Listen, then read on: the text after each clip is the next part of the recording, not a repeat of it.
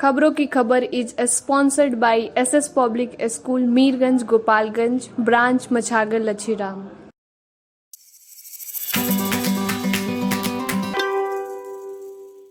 मैं हूं दयाशंकर और आप देख रहे हैं खबरों की खबर। आज की संक्षिप्त खबरें। आज हिंदी के पेपर के साथ ही साइंस इंटर की परीक्षा खत्म हो गई। जैसा कि आप जानते हैं, ये परीक्षा 1 तारीख से शुरू हुई थी। इंटर के आर्ट्स और कॉमर्स के बच्चों की परीक्षा अभी 13 तारीख तक चलेगी। इंटर की परीक्षा समाप्त होने के बाद 17 तारीख से मैट्रिक की परीक्षा शुरू होगी। गोपालगंज जिले में तकरीबन 63,000 परीक्षार्थी परीक्षा देंगे। इन बच्चों के परीक्षा के लिए 35 सेंटर बनाए गए हैं, जिसमें 17 गोपालगंज में और 18 हथुआ में सेंटर बनाए गए हैं। गोपालगंज नगर का बंजारी मोड़ एक्सीडेंट प्रोन एरिया बन गया है। वहां आए दिन एक्सीडेंट होता रहता है। आज भी एक ट्रक ने एक साइकिल सवार छात्रा को रौंद दिया। साइकिल सवार छात्रा की घटने पे ही मौत हो गई, मगर लोगों ने ट्रक को पकड़ लिया, लेकिन ट्रक ड्राइवर घटना स्थल से भागने में कामयाब हो गया। आज जिला अभियंता संघ की बैठक आईबी में हुई। सभी विभागों के इंजीनियर उसमें शामिल हुए। इन लोगों ने केंद्रीय वेतनमान को लागू करने की मांग की और लागू नहीं होने पर आंदोलन करने की धमकी दी। कल डीएम नौल किशोर चौधरी ने एक बैठक की। इस बैठक में आधारभूत संरचनाओं के बारे में समीक्षा की गई और डीएम ने संबंधित विभागों से जल्द कार्य पूरा करने का निर्देश दिया। इस बैठक में डीएम के अलावा दोनों अनुमंडल के अनुमंडल पदाधिकारी एवं अन्य विभागों के पदाधिकारी शामिल थे।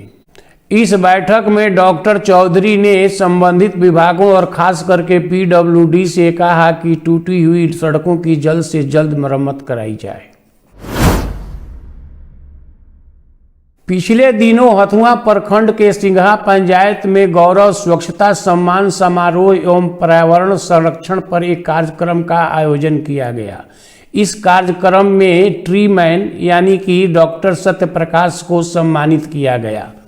जैसा कि आप जानते हैं, डॉक्टर सत्यप्रकाश श्री चित्रगुप्त सेवा समिति बर्मा कपरपुरा के सदस्य हैं और उन्होंने एक अभियान चला रखा है पर्यावरण को स्वच्छ बनाने के लिए। वे हमेशा पेड़ लगाते हैं, जहां भी जाते हैं, जिस कार्यक्रम में भी जाते हैं, लोगों को उपहार के रूप में पेड़ भेंट करते हैं। उन्होंने अपने गांव बर्मा कपरपुरा को ग्रीन विलेज बनाया है और इसी तरह सिंघा पंचायत के पूर्व मुखिया को भी उन्होंने 101 पेड़ दिया है, ताकि उस गांव को, उस पंचायत को भी स्वच्छ और सुंदर बनाया जा सके। शिवरात्रि के मौके पर यानी कि आगामी 10 फरवरी को औगरदानी रक्तदान महासमिति रक्तदान करेगी। जो लोग रक्त देना चाहते हैं वे औगरदानी मंदिर में जाकर रक्तदान कर सकते हैं। औगरदानी मंदिर न्यास बोर्ड की एक इकाई है औगरदानी रक्तदान समिति। ये समिति हर साल एक आयोजन करती है और रक्तदान करती है। इसके अलावा जो भी ज़रूरतमंद लोग हैं जो इनसे संपर्क करते हैं और उन्हें रक्त की ज़रूरत होती है, तो ये समिति उन्हें रक्त प्रदान करती है। इस समिति के अध्यक्ष हैं आनंद कुमार सोनी और आनंद कुमार सोनी के साथ एक युवाओं की टीम है। ये टीम गोपालगंज, सिवान, गोरखपुर और पटना जहाँ भी ज़रूरतमंद होते हैं उन्हें जाकर रक्त देती है। आनंद कुमार सोनी स्वयं कई बार खून दे चुके हैं। हालांकि ये युवा हैं। उनके छोटे भाई ने कल एक व्यक्ति को खून दे करके जान बचाई है। इनके छोटे भाई का नाम अनूप कुमार सोनी है और जिसे खून दिया गया है वो राजकुमार नाम का व्यक्ति था, जिसे थैलेसीमिया की बीमारी थी और उसे खून की जरूरत थी। तो अनूप कुमार सोनी ने गोपालगंज जाकर उन्हें खून दिया। आजकल कुचायकोट के विधायक अमरेंद्र कुमार पांडे उर्फ पप्पू पांडे चर्चा में हैं।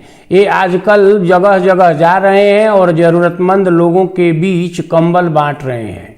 पिछले दिनों ये महावीर कैंसर अस्पताल में गए थे, वहां रोगियों को कंबल बांटा था। कल वो बाबा धाम में थे और बाबा बैद्यनाथ के दर्शन करने के बाद कई लोगों के बीच कंबल बांटा। आज वे राजरप्पा के मंदिर में थे और मां के दर्शन के बाद कई लोगों के बीच कंबल बांटा।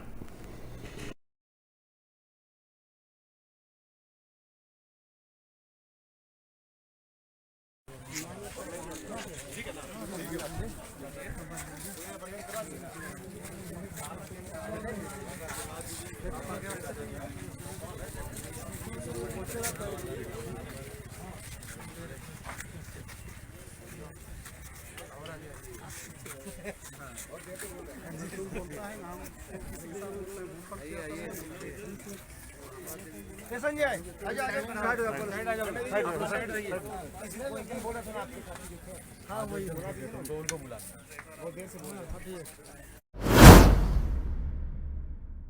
नशाखुरानी गिरोह गोपालगंज में फिर सक्रिय हो रहा है। एक युवक को नशा खिलाकर लूट लिया गया। कहा जाता है कि वह युवक गुजरात से गोपालगंज आ रहा था तो उसे नशा खिलाकर उसके सामान को लूट लिया गया और बेहोशी के हालत में वो युवक कौशल्या चौक के पास सड़क के किनारे पड़ा था। सूरज और बादलों के बीच आंख मिचौली का खेल आज भी जारी रहा।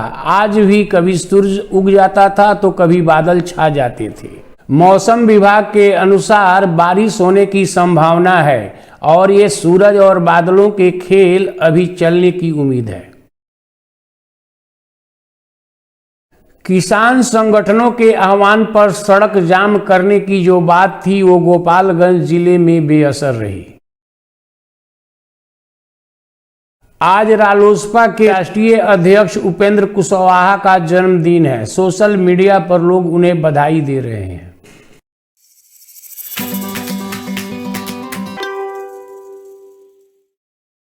आज की चर्चा में हम चर्चा करेंगे उस मुहिम के बारे में जिसे भारत के फॉरेन डिपार्टमेंट ने शुरू किया है। ये मुहिम है #इंडिया टुगेदर और दूसरा है #इंडिया अगेंस्ट प्रोपेगेंडा।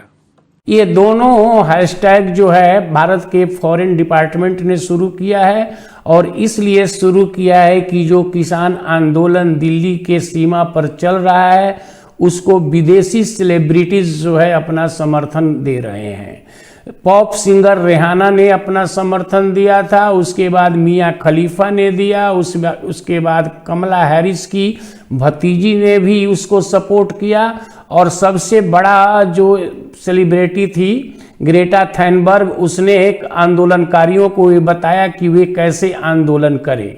इसको भारत सरकार ने माना कि ये उसके अंदरूनी मामले में हस्तक्षेप है और इसीलिए इस हैशटैग मूवमेंट को चलाया गया ताकि भारत के देशभक्त लोग इसको अपना समर्थन दे सकें। इस मुहिम को भारत के सेलिब्रिटीज, भारत के फिल्म स्टार अपना समर्थन दे रहे हैं, वहीं कुछ लोग इसका विरोध भी कर रहे हैं और वे फॉरेन सेलिब्रिटीज का समर्थन कर रहे हैं। जो लोग फॉरेन सेलिब्रिटीज का समर्थन कर रहे हैं वे इसे फ्रीडम ऑफ स्पीच कर रहे हैं या ये कह रहे हैं कि वे लोग मानवीय आधार पर इसका समर्थन कर रहे हैं, जबकि जो लोग इसके विरोधी हैं वे मानते हैं कि ये भारत के संप्रभुता के खिलाफ है या ये भारत का इंटरनल मैटर है, इसे भारत के लोग ही समाधान कर सकते हैं। इसलिए ये हैशटैग मूवमेंट चलाया गया है। अगर आपको भी लगता है कि ये आंदोलन भारत का आंतरिक मामला है और ये भारत के अंदर ही सॉल्व हो सकता है, भारत के संविधान के अनुसार सॉल्व हो सकता है, तो आप भी भारत सरकार के इस मुहिम का समर्थन करिए। साथ ही मैं सभी लोगों से कहूँगा कि जो लोग आज़ादी की बात करते हैं, अभिव्यक्ति की आज़ादी की बात करते हैं, उन लोगों से कहूँगा कि अगर जब आंदोलनकारियों ने लाल किला पर आक्रमण किया और जगह जगह पुलिस पर हमला किया और पुलिस ने उन पर कोई हमला नहीं किया, उसका भी उन्हें ह्यूमैनिटेरियन आधार पर आलोचना करना चाहिए था। लेकिन देखा यह जा रहा है कि लोग जो है सिलेक्टिव हैं, सिलेक्टिव अप्रोच है। कोई मोदी विरोध के नाम पर इसकी आलोचना करता है तो कोई मोदी के समर्थन में इसकी सपोर्ट करता है।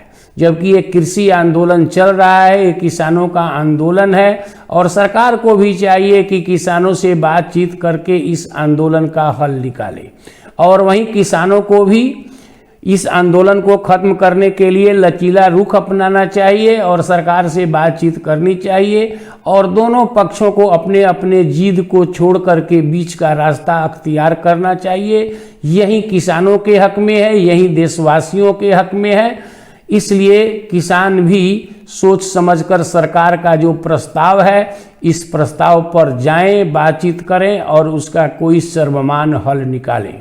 आज की चर्चा में बस इतना ही। खबर के अगले एपिसोड को देखने के लिए दिए गए लिंक पर क्लिक कर आप हमारे चैनल को सब्सक्राइब करिए, लाइक करिए, कमेंट करिए। धन्यवाद।